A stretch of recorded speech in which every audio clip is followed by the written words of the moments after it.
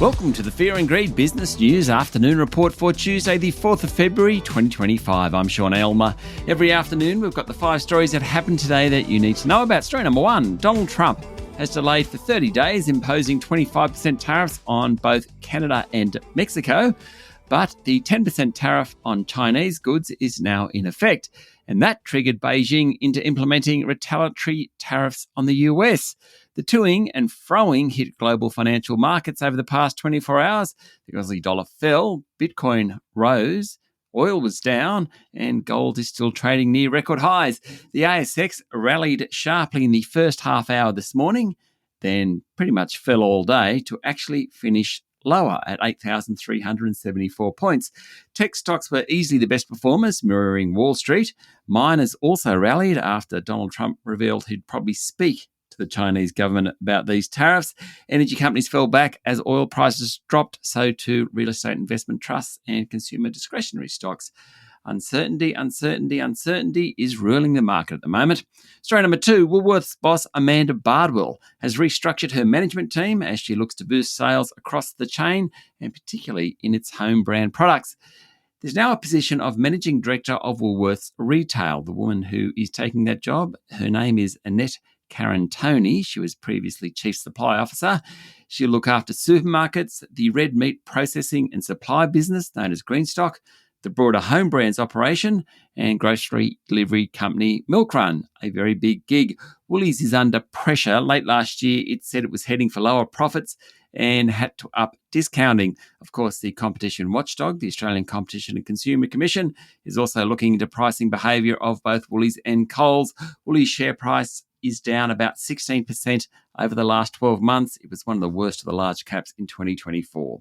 Story number 3, in other corporate news, SEEK's proposed acquisition of XREF for $42 million has fallen through after the bid failed to receive sufficient support from the takeover target's shareholders. Nufarm's share price rose 4% after it told investors the previously announced cost-cutting program remains on track, and Pro Medicus shares jumped 5% after the company signed a $53 million contract with US healthcare network Baycare to roll out its Visage diagnostic imaging platform. The imaging group is already up 12% this year.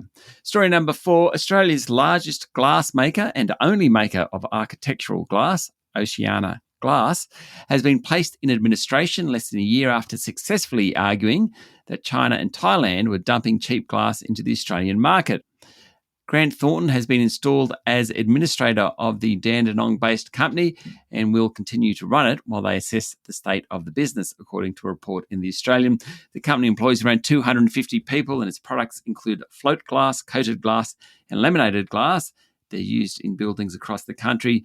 The company is owned by private equity investor Crescent Capital Partners. Now, last year, the company successfully argued that Chinese and Thai competitors were dumping glass products into the Australian market at subsidised prices. Obviously, that didn't help. The company was founded in 1856. It claims to be the only architectural glass manufacturer in Australia.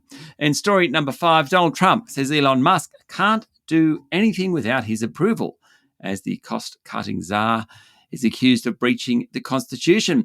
The ex-owner and newly appointed head of the Department of Government Efficiency, as in Doge, sparked outrage after pledging to abolish the US Agency for International Development, which he condemned as a criminal organisation.